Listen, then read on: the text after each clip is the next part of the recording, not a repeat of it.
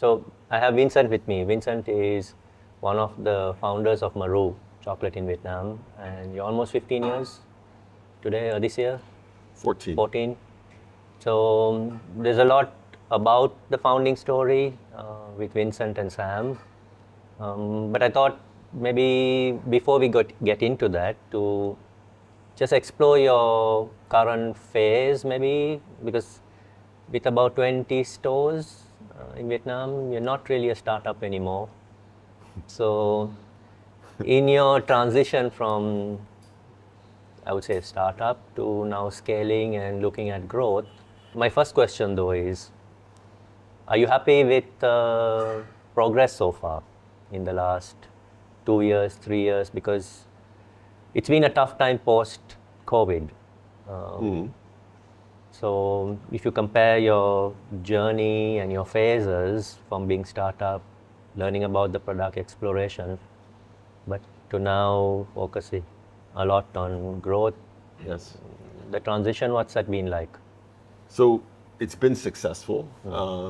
We've been through, it's been challenging because of obviously COVID, and what happened during COVID. I lost my dear friend and the other co-founder of Marou, Sam. And we were very tight and good team, the two of us. And so the first thing I had to do was, we had new investors. I had to also build a team around me. So that took some time. And then, of course, navigate through COVID. With that, we were quite successful in keeping dynamic and trying lots of new things. And then once we kept our strategy during COVID was to maintain all the farmers. Right. So we kept buying from them. So we were not producing as much, but therefore accumulating inventory. We kept all the shops and all the employees going. And when COVID lifted March 15, 2022, officially, when the government opened up the country, we were ready. And then we started really opening more stores. Not wildly, but for us, it was pretty ambitious. 3, 5, 7 stores per year since then. And so today we have a total of 21 in operation, and in 2 weeks we'll be opening our 22nd store in Vietnam in 7 different cities. So it has been successful, and we've pretty much grown by ×3 since 2019. So. But what's the scale of the business right now? Like, because you also have I would say a healthy international presence. So what most people see in Vietnam are the stores, right? And then of course we have our wholesale business, which was the beginning really. I mean, Marou is we're a chocolate maker, manufacturer, and in the first 5 years of Marou, we were 80% export because there wasn't enough of a market in Vietnam, right? So we were successful early in France, in the US, in Japan. That today is also growing. So what percentage of your business today is? Most of it is retail today. So Vietnam weighs heavily. However, moving forward, we are actually looking outside, right, for more growth. Continuing, we opened a subsidiary in France called Marou France, which is basically helping us distribute ourselves throughout France and Europe, and that's going very well. The minute we started our own presence there, things started really changing positively for us with all of our even historic customers, but also being able to kind of control things. And we have e-commerce in France as well. That was like one of the first questions I had about your growth strategy. Right? But the fact that you're in Vietnam, I mean, we know it's a low cap market, right? A very low chocolate habit market. And you are in the premium segment of that. And you are mostly dark, shall I say? Is it correct to Less say? today, but yeah. So it's like Yeah. your diagram is probably, but Right. is the strategy then to grow the pie, to grow the kind of consumption and behavior? So what's the strategy? The strategy is to essentially provide a really unique chocolate experience. So excellence in the experience that we offer. And for us, that starts with taste, right? Yeah. So we really do want to maintain our positioning, taste first, and then of course it's design, the brand, the shop experience, the product experience overall, the values that we and purpose that we have in our business. So, what makes Marou unique is also the fact that we act directly on the agricultural side. So we work with fermenters and farmers directly. We don't have middle people. And we also are looking to expand that. So Marou is a Vietnamese company, obviously with a French approach to chocolate, and with an Asian influence, a Vietnamese influence in the ingredients that we use, and that will continue in going forward. For example, our new line of chocolate is really using botanicals from Vietnam, and to create unique tastes. Therefore, innovate with what we have here, and that's always been at the heart of Marou. We're inspired by Vietnam, and we bring Vietnam to the world. Yeah. So on this, Vincent, now, I think owning the supply chain and going back to the farmers, I think having that control and being so innovative even in even your Halloween range and doing new stuff. Double-sided question.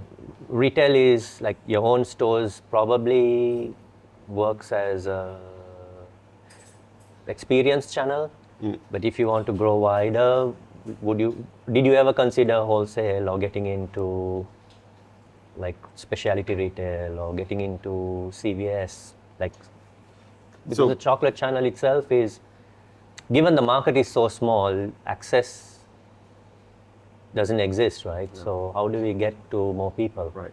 So at the heart, Marou we're an international brand. In the sense, our mindset is international. Yep. So, we don't look at necessarily Vietnam is our only market, and we have to succeed in Vietnam only. We understand that the consumption of chocolate is increasing every year by, let's say, 6%. So we have to understand and accept that, right? That's great. That's fine. And we will do that because we're a long-term player as well. We are a long-term mindset. I'm looking to grow this brand to a good size, obviously, but my number one challenge, and this is my personal challenge, is to always keep the quality, amazing, right, and the brand equity at the level that the chocolate world placed us from the beginning. So it's those personally. So because growth for growth's sake is a technical thing. For most people, look at it that way. Of course they talk about quality, all these things, but when you really get into how people look at how to grow your brand, most people will say, well, you're gonna have to give certain things up, right? Of course, yes, but not quality, not brand equity, not the values, and that's what I firmly hold on to, right, as for our strategy. Yeah. I appreciate that. But can I ask you, like, two sides of, we have the product and the brand, right? Yep. So you said you have certain things to protect. If you talk about the product, I wouldn't protect is one thing, but I said maybe that word, but to embrace yeah, and nurture right. as we grow. Yeah, but can I ask you, so what are those? Like, if you take your core product, right, it's chocolate. Yes. But how does that, in your mind, I don't mean from a communication standpoint, what are your building blocks? Like, what are the criteria that you would give your chocolatiers or your innovators or your product people, saying, here are the 5 things every product of Marou should tick? Right. What would those principles be? Right. So taste, but that's very general, right? Yeah. So cacao, the quality of the cacao, it all comes from the cacao. So just in the way that we treat cacao is unique. We select at the farm for the taste. And we have a very unique way of doing that. No one else does it that way in chocolate. That's where it really starts. And therefore, then when we bring it to the production, the roasting, which is the first step that plays on taste, we roast at a certain temperature, which is low. So we don't try to denature. We're not trying to fix any problems. We're actually trying to enhance, right?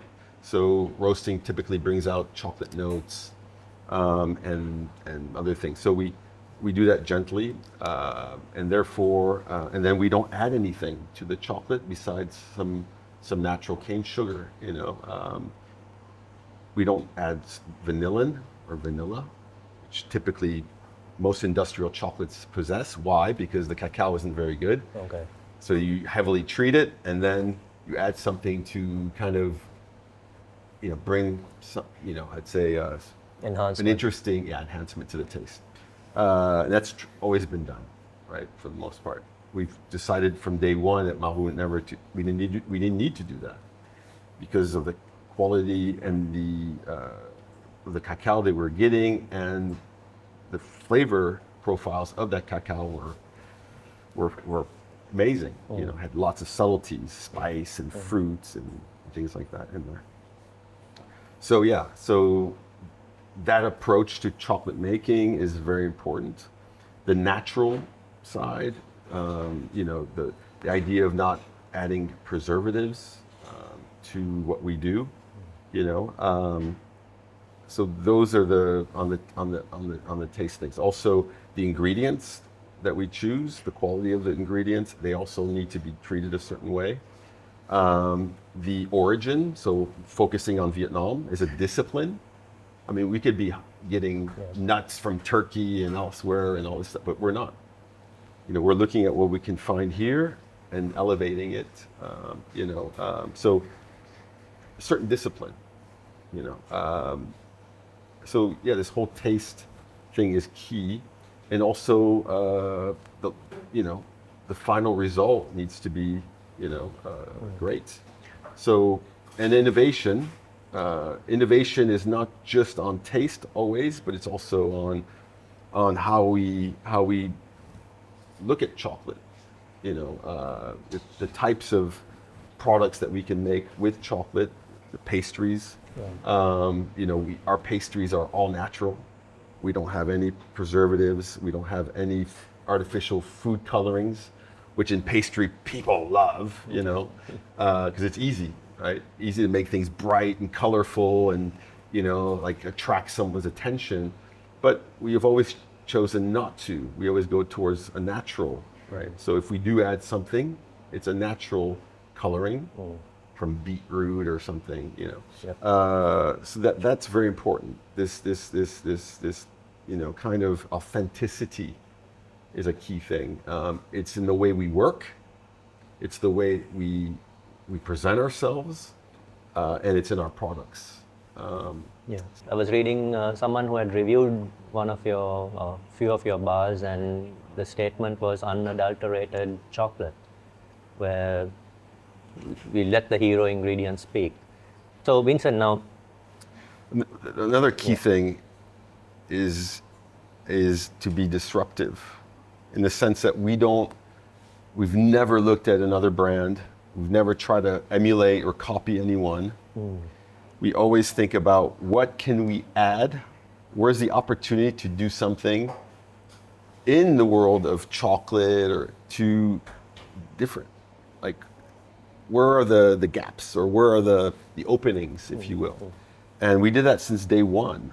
Our chocolate bar, for example, we raised the level of what chocolate bars look like and also taste like. Especially look like, the experience, because we made something that was very well crafted, had a strong identity, beautiful packaging, hand printed, all these things, didn't exist. And that's something we found ourselves, there is I would say, in the model making, so there's that, but also right before that, why we decided to make chocolate in Vietnam was because we wanted to bring value to the cacao. Yeah. So we wanted to do everything here. And those days, there were only about 3 other brands in the world that were making, let's say, export quality chocolate in the country of origin. So we thought, well, why not? We're here. The cacao is 2 hours away. Why can't we make it here? So we decided to do that. Most people wouldn't, but we believed that was the right thing to do and the most interesting thing to do. Yeah. And that was disruptive, and that helped give people confidence in other countries in Asia, because we were the first in Asia. So, other cacao growing countries, Thailand, for example, a few years later, one brand popped up, and then also in Indonesia. I saw that, yeah. Same, Cacao. They came to see us, and then they were like, oh, we can do a similar thing. And so it kind of mushroomed, right, in the region, but also not just in Asia, in Africa. South America, Central America. Now, Peru, all these countries now have brands, mostly not very big brands, but super high quality brands that are raising the level. They're not just being suppliers of the raw cacao and create their own value adds. Absolutely. And and now it's a big world community of bean-to-bar craft chocolate makers, Right. so. That was one question I had on product, right? You have quite a few awards on your product. Tell me the balance between what you said earlier, right? There's a level of disruption, maybe a level of disruption that the consumers are not ready for, maybe at some point. But also you have a lot of awards on your craft. Do the consumers care? Like, what I'm asking is, there are two things, right? Like, at some point, you have to make them care, even if they don't. Doesn't mean that you have to compromise on what you do, but currently, do you feel they care enough? Because you're putting a lot of effort into perfection, shall I say, right? How do you balance that? My frustration is not that whether they care or not, or if they didn't, My frustration is that I feel that we do so much, but as a brand and company, I don't think we're good enough at communicating all of the things that we do, to our customers. Because I think customers, for example, some people are sensitive to design, but less to taste. Some people are sensitive to taste, less to design. Some people are sensitive to an environment, less, etc. So, but it's all these touch points that kind of need to be there, you know, and in my opinion, a bit more clearly. So that's our responsibility, you know, to do. But I believe that, yes, those things do make a difference. Absolutely. I don't think we would be here today if they didn't, because we're not the cheapest chocolate. That's never been our strategy, although it's never been to be crazy expensive either. We always want it to be reasonable, you know? And we have been. I mean, you know, compared to the US or France or whatever, you know, and for what we do a lot more than other brands on the quality side, Not, you know, on the craft side, and we're not, you know, necessarily more expensive. So anyway, we've always been very conscious of that, you know. So it's when I was doing some research before I saw you, I kind of like saw two spectrums or two extremes of brands.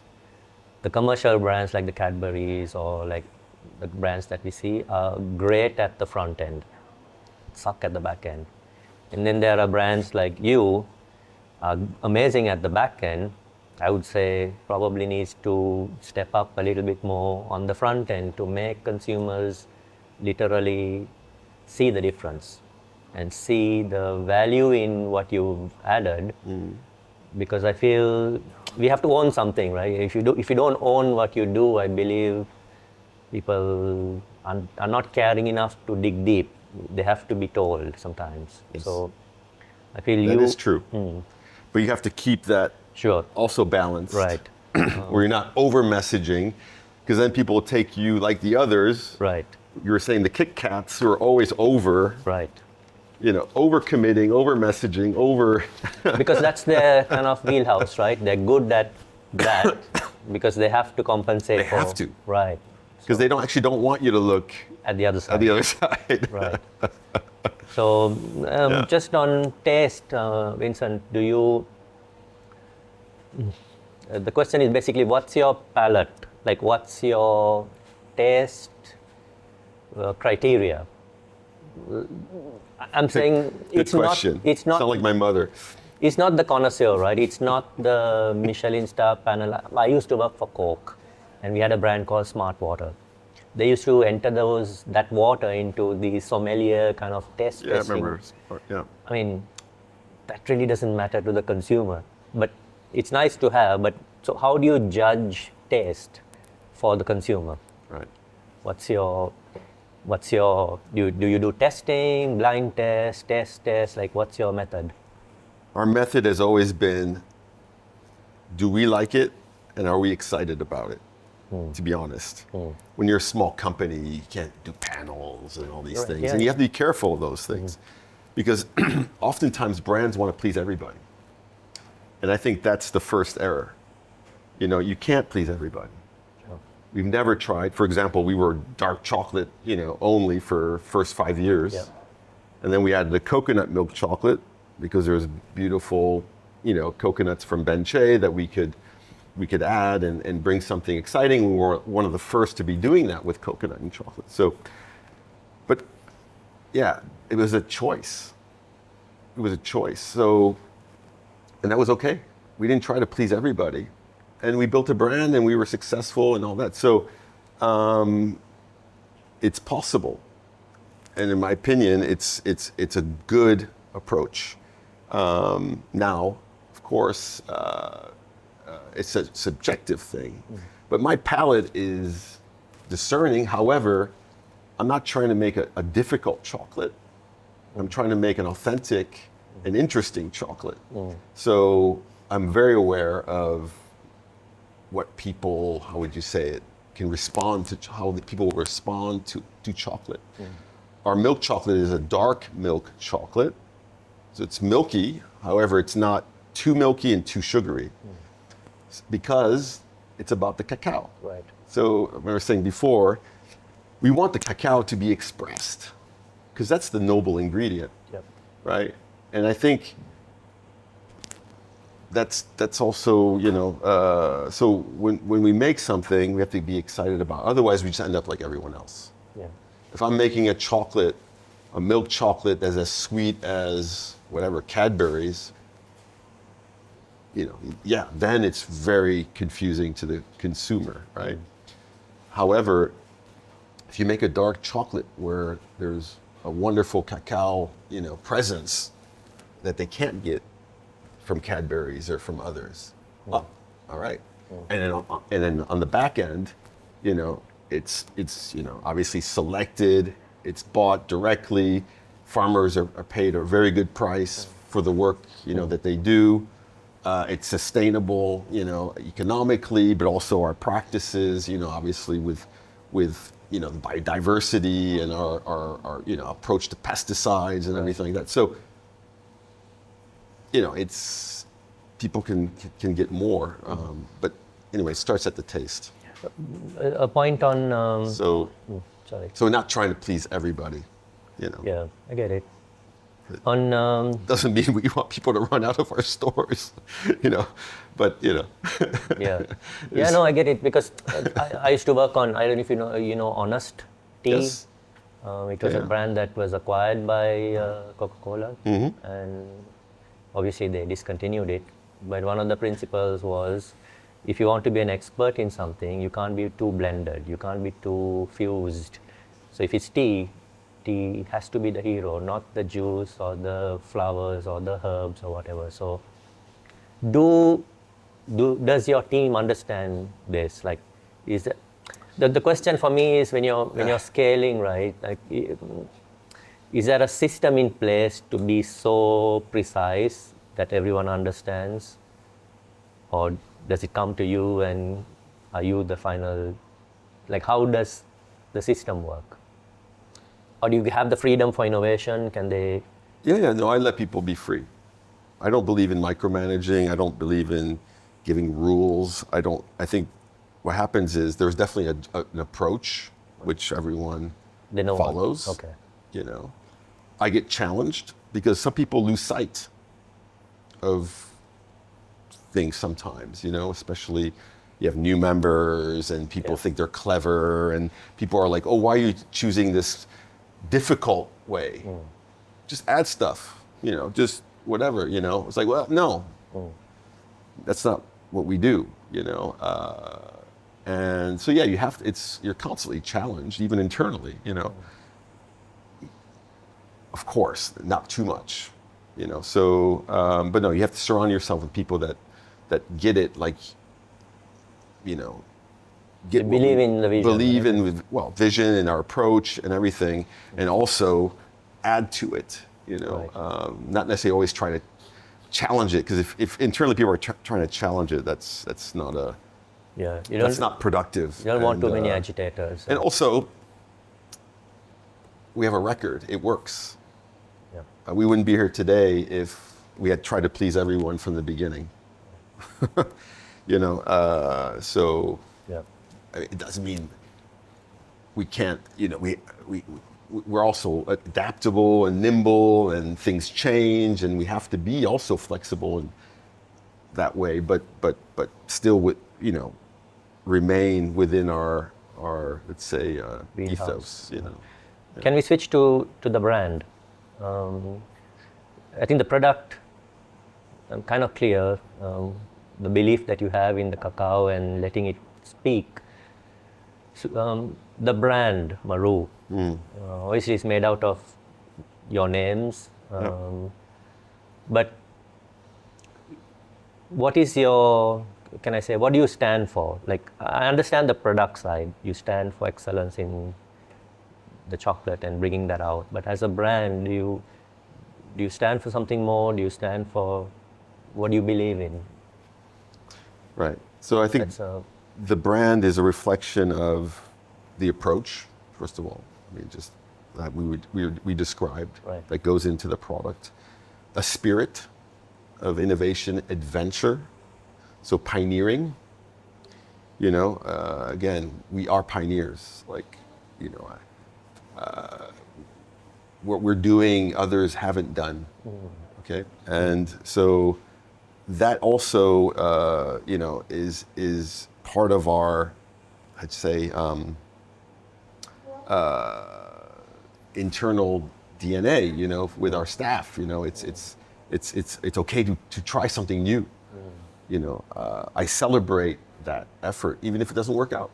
But what's important is we're constantly trying something new, and so on. So the brand is also about excellence and a level of sophistication, but not a pretentious one.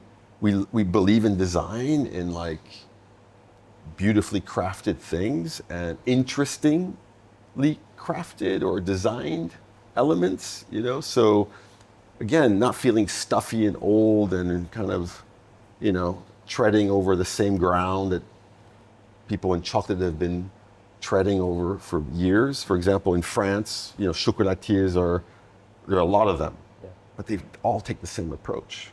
They're all trying to have their chocolates look like little jewelry, piece of jewelry, right? It's like they all do the same thing. With a little here, a little there of their own, but it's that approach. So for us, it's much more like kind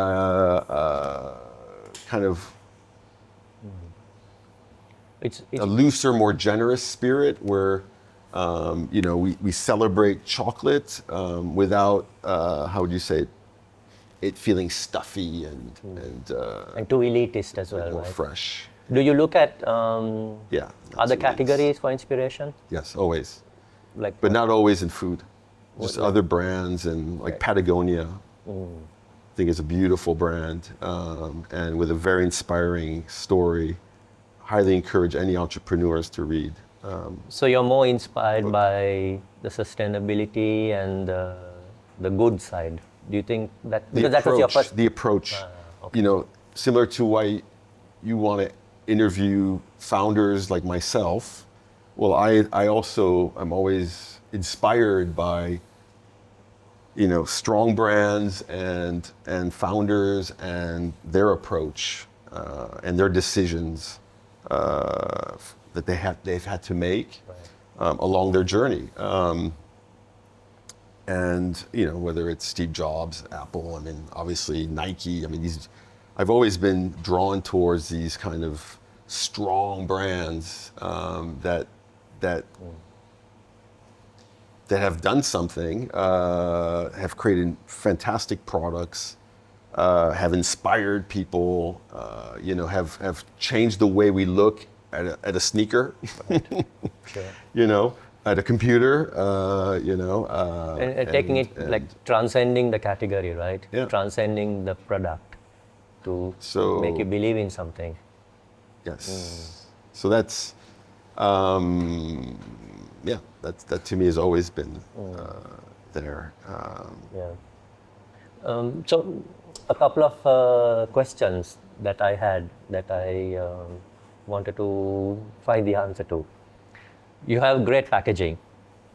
Your visual identity and your actual packaging, tactile, your materials reflect, I think, what you just spoke about.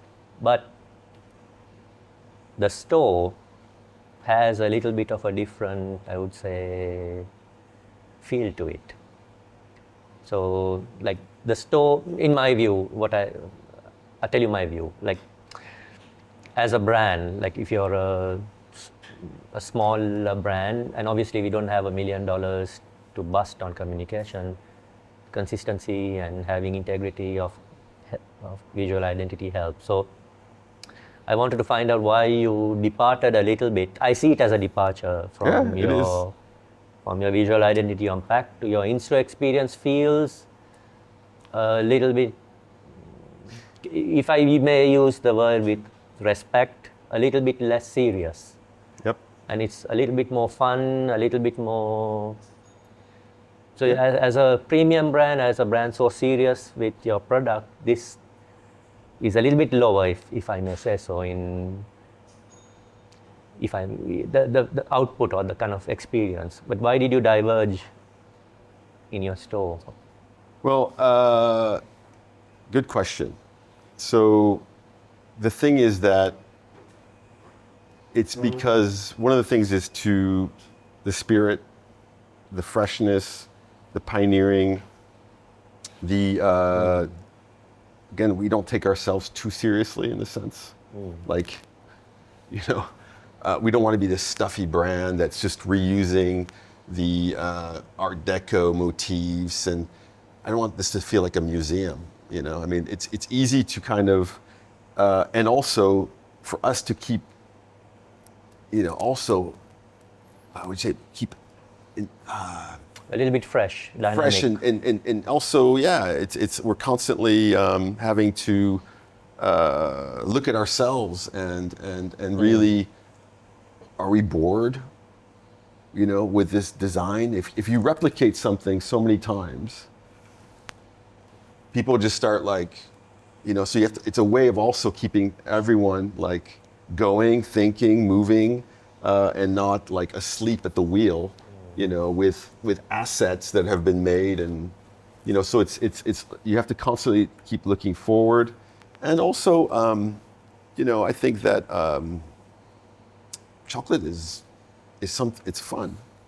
It's, you know, we're serious about the taste, we're serious about design, and we're serious about the experience we want to give. However, it's a place, it's something to enjoy, fundamentally. You know, it's a place for people to come together and share, and so yeah, it's just a different feel, different spirit. So the brief. You made it very like serious feeling. I mean, yeah, it would change everything. Yeah. Right. But I don't. But it's a very good question. For me, like. It's a very good question. I don't think the brand shouldn't have been like a Louis Vuitton or like a fashion brand where you feel intimidated to walk in, but it could have been, I don't know, like a Nespresso kind of. It's still like approachable, but has a little bit of that spirit. Because I don't think the spirit should stop at the packaging. So I feel that's all the question was about. Nespresso, I'm sorry to say, is not an interesting brand. Not a brand. Visually, yes, the product's good, but who's interested in anything behind what Nespresso is doing? Yes, nobody. Exactly. I completely agree. But that's what everyone's doing. I know, but I'm saying because they don't know how to express what they're doing behind because they're not doing much. Right. Or, you know, they create programs and things like that, blah blah blah. But really, so how do you bring? I mean, you know, for us, our big challenge is we do a lot, but I don't want to put it all in the store because then it just becomes confusing. A lot of things, right? So you have to kind of choose what you put, what you don't put, or everything's here, but like, you know, what you put more visibly than others. And I think that, you know, the fact that, you know, it's a Vietnamese chocolate, we want to express that in the store. We want to express the work that we do with the farmers. You know, we want to express, you know, other things. But then, like you had said before, is that the whole experience? Also, people just want a nice place to come to enjoy a cup of, you know, chocolate with their friends and you know, buy some nice things and so on. So yeah, it's not an easy one, and also not being cookie cutter, because the whole thing is when you're cookie cutter, people start falling asleep at the wheel. What I say, you know, it's like, in the sense of like, when you're a building brand, you know, it's because people are just executional. Then they just become executional, right? And that's where like you can actually be blindsided to what's actually maybe happening and how people are really responding to your brand. Yeah. But no, I get it. I mean, we are not perfect, you know, and we've come a long way. We've tried many things. And the next door, you know, hey, it might be a bit more on this kind of what people would say is more more discerning, more premium. More premium in the Yeah. language of what people understand as premium Because- and have experienced as premium. The thought came to my mind when you mentioned you were opening a store in Changi. Yeah. We can cut this out if it's not public data. No, Changi is happening. Okay, so because it came to my mind, right? So in Changi, you're walking past a Rolex, you're walking past like, you don't want to be seen like a tea shop or like another coffee shop. So that was when it came to my mind about kind of which angle Yeah. or slant should you be in. And we can. I mean, you're absolutely right. That is top of mind for us because people in Changi, they're not in Vietnam. That part of the story isn't as important as for us here now. So yeah, might be like- you have to adapt. It might be like 59-49 here, or sorry, 51-49 here, 49-51 there. It's just a slight tweak to balance something. And we will be tweaking because you have to adapt to your environment, to the culture, to other things. I mean, that's every brand does it. I mean, every brand has to adapt somewhat. Do you do any measurement of the brand? Like, do people like it? Like, what do they think of it? Do you have any kind of measurement? We have some surveys. We're doing actually one now at the moment. So yeah, but I mean we yeah. Because you have the store, right? It could be even like a questionnaire in store, just to get a pulse of something. We're running right now in D1. Okay. We have 5 stores that we're running surveys. Right. Actually, we started last week, and we're finishing this week. I'm getting the first report. Okay. I got the first draft last night. Right. So no, we are absolutely, and it's important too, for sure. We did one in 2019, which was pretty extensive. We learned a lot, but then we had COVID right after. So, and we're doing it again because we want to really understand the changes and what people are happy with, or what we could do better, or it's super important, and not just always a feeling, or you hear, or You may not need to act on it, but something might pop out that the people that really, I think, people are most sensitive to Marou, like really appreciate it, Japanese, and Europeans, like French, Right. Japanese, others, because Japanese understand. They feel quality. Right. They can see it, sense it. It's just something they have, and something that's authentic and not,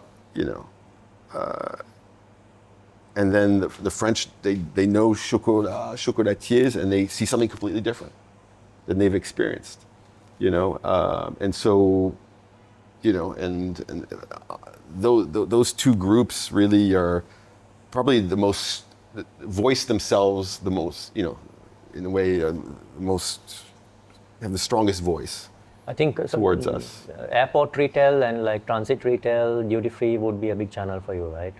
Like gifting and duty Gifting, free shopping.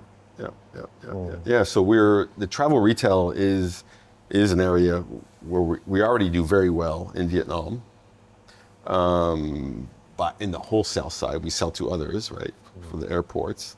And then as far as shops are concerned, we're exploring that more and more. And then, of course, Changi is already set. So July 1st, we're opening in Singapore at Changi Airport.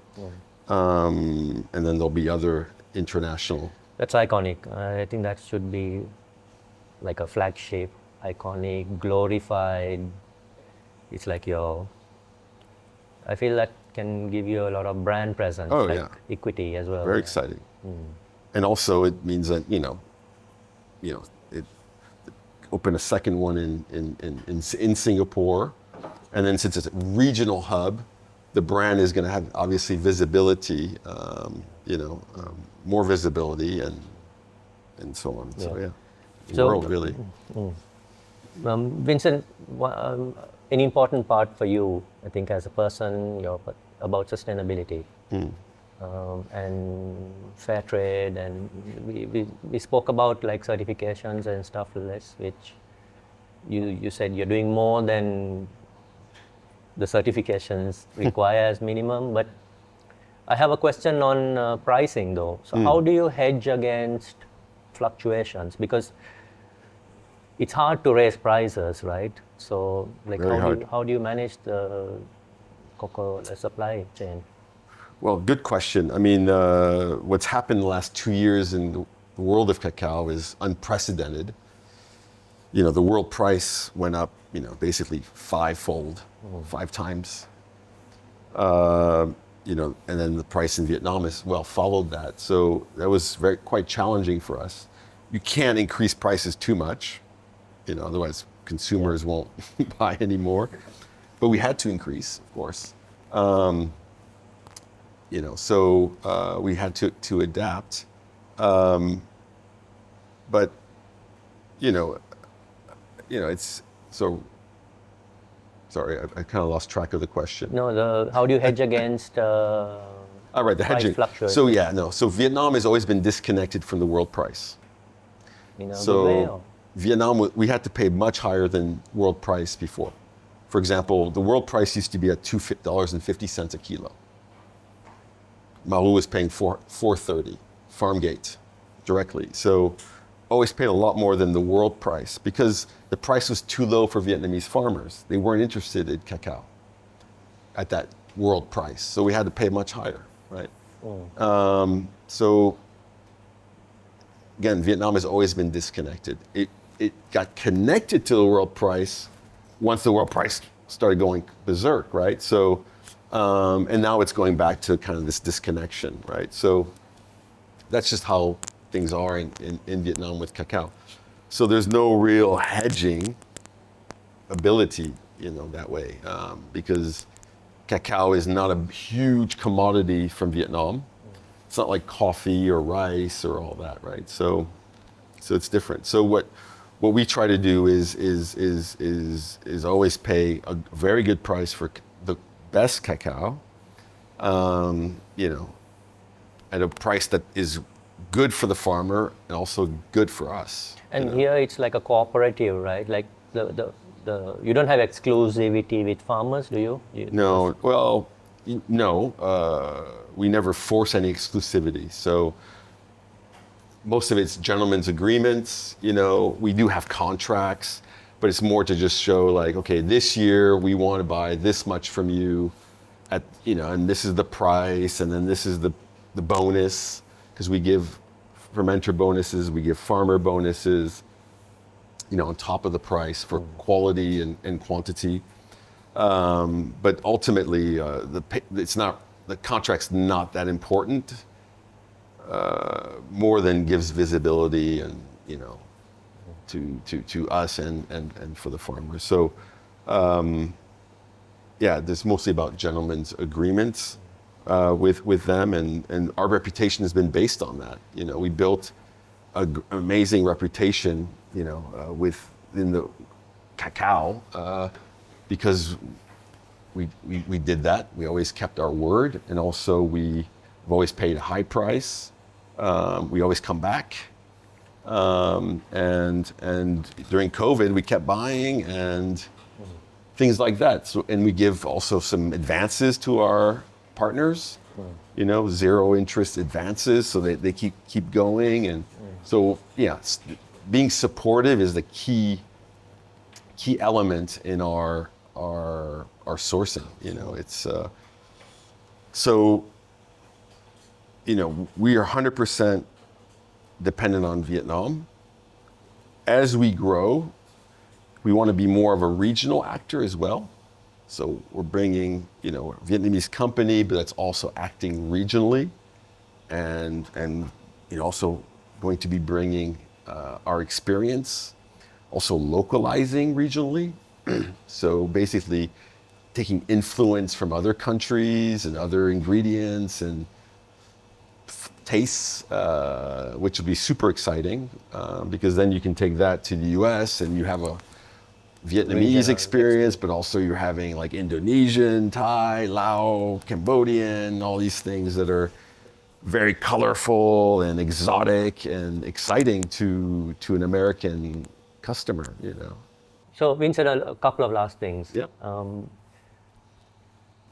Why does end-to-end matter to you?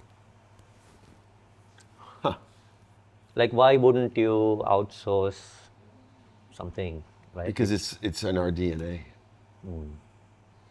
Quite frankly, it's how we started. It's in our DNA. So and our DNA. How would you say it? It's a verticality story. I mean that bean has its movement within Vietnam, within Marou. You know, as we bring value to it, shape it, and then offer it. You know, so it's in our DNA. I mean, But does that mean you're a perfectionist? yes, in the sense of if we can't make a great chocolate, I feel disempowered.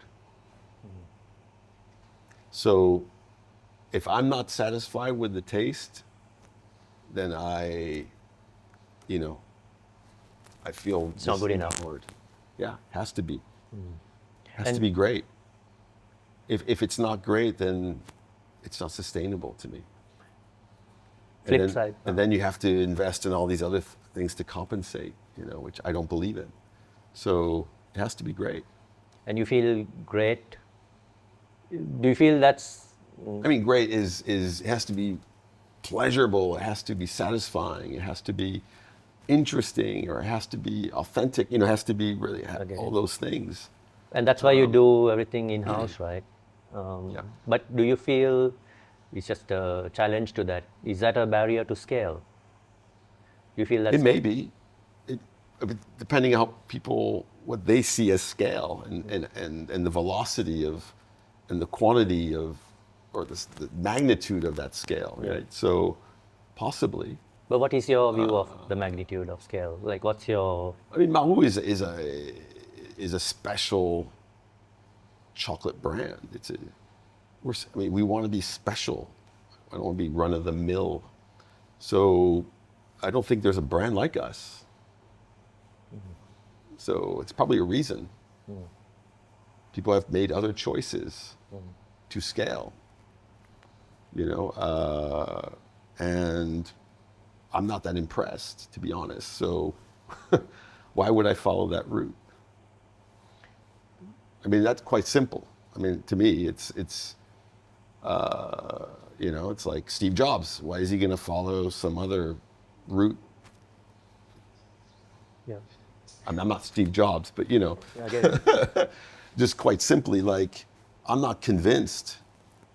You know, I mean, there's consultants, tons of people tell you how to do things, right? How you should be doing things, and it'll be a lot easier, and all these things. It just adds other problems. I don't think there's one way. Yeah. I think, you know, it's give and take. You choose the things that you want to confront. You know, I would rather spend time, you know, at the source, you know, making sure that we have a direct, let's say, influence on our work on cacao, than have to deal with a broker who I don't know what they're doing.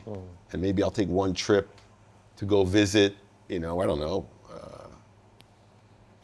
Ecuador or something, and check out the farmer and see how he's doing. But then it's really just, okay, it's gonna be whatever he sends as samples to me, and okay, I taste, and you take the risk. So I don't know, it's, and then you don't have much to tell. You don't have much influence. If you want to be sustainable, and then you need influence. You need to be directly responsible. And if we talk about change, climate change, and, you know, carbon footprint and all these things, unless you're actually like part of it, then how can you really have make a positive impact, if you will. And it's even on a socioeconomic level, you know. I mean, so anyway, it's there are choices, and I think that you know, every company has to make them. Yeah. I don't think there's one way. Yeah. Two more. So the company is Marou, right? It's called Marou.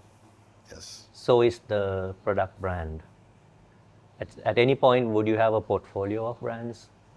Has that any crossed I your don't have mind? time. I don't have enough time in the day. Of course, my imagination goes places. So you're not You just know? one brand, but multiple concepts, multiple brands with different. Because I guess portfolio, like consumer products, like is portfolio, right? It has a lot to do with your portfolio play. My imagination goes many places. However, I don't believe that you can diversify too much. You know, you know, I- and it's not the right time for us to do that. And most companies that diversify don't really. They lose their core. They lose their their core, edge. and then I don't believe in that. Right, I get I it. don't believe in that. I think you have to keep things focused and rooted. I mean, you look at strong brands, man. They stay focused. Laser focused, yeah. You know, even luxury brands. You know, I mean, they made it 100 years because they were super focused. Exactly. You know, Louis Vuitton didn't start making shoes in 1910. You know, they started making shoes 10 years ago because Venture. they're taking over. People start losing focus because there are opportunities. They're getting reports. You know, all these things, and people Right. can't help themselves, right? But you know, you build a great brand by staying focused. And today, you know, I mean, we're definitely in that part of the journey. Yeah, You know, I think so. My last question. Sam's vision. Do you want to share something about, because you guys started it together, and I believe he's still, or his family is still shareholding, right? He's part of it. yes. So do you want to share, because he's not around to tell his story and But his view, but what was his legacy? Like, what is his legacy? Do you want to share a little bit with us? I mean, Marou is based on Sam and I, so I haven't done anything differently than basically what we did the first 9 years. You know, I always have Sam in my mind. You know, so I haven't transgressed any of the things that we've been doing. I've just been continuing it forward. You know, I miss him dearly. Of course, it was always better to make decisions when there was the two of us, Sure. right? However, I've basically been forwarding our vision, you know, which is also Sam's vision. I mean, Sam was very close to nature and to agriculture, and to how we respect people as well. And so partnerships and the brand and design and disrupting and looking at, you know, different ways for us to do things. So, you know, I haven't really on my own done anything radically different because, you know, we first 9 years we enjoyed what we were doing and it was working for us, and now we're just doing it at a different scale, looking how we can take that to maybe other countries, and so on and so forth, but with the same approach, you know. Voila. Yeah. I mean, maybe little things, you know, would be slightly different, but not fundamentally nothing, Got it. you know. So, yeah, it's never been like, oh, you know, it's my opportunity to do what I want, you know? No, not at all. Yeah. Not at all, Yeah. you know? But also, like you Because- said, it's validated, right? It's working. So, Exactly. So, you know, we built a very strong foundation, you know, so there's no need to do something radically different. So, yeah. Thank you, Vincent. Thank you. I respect the yeah, journey. It's absolutely. very helpful. Thank you.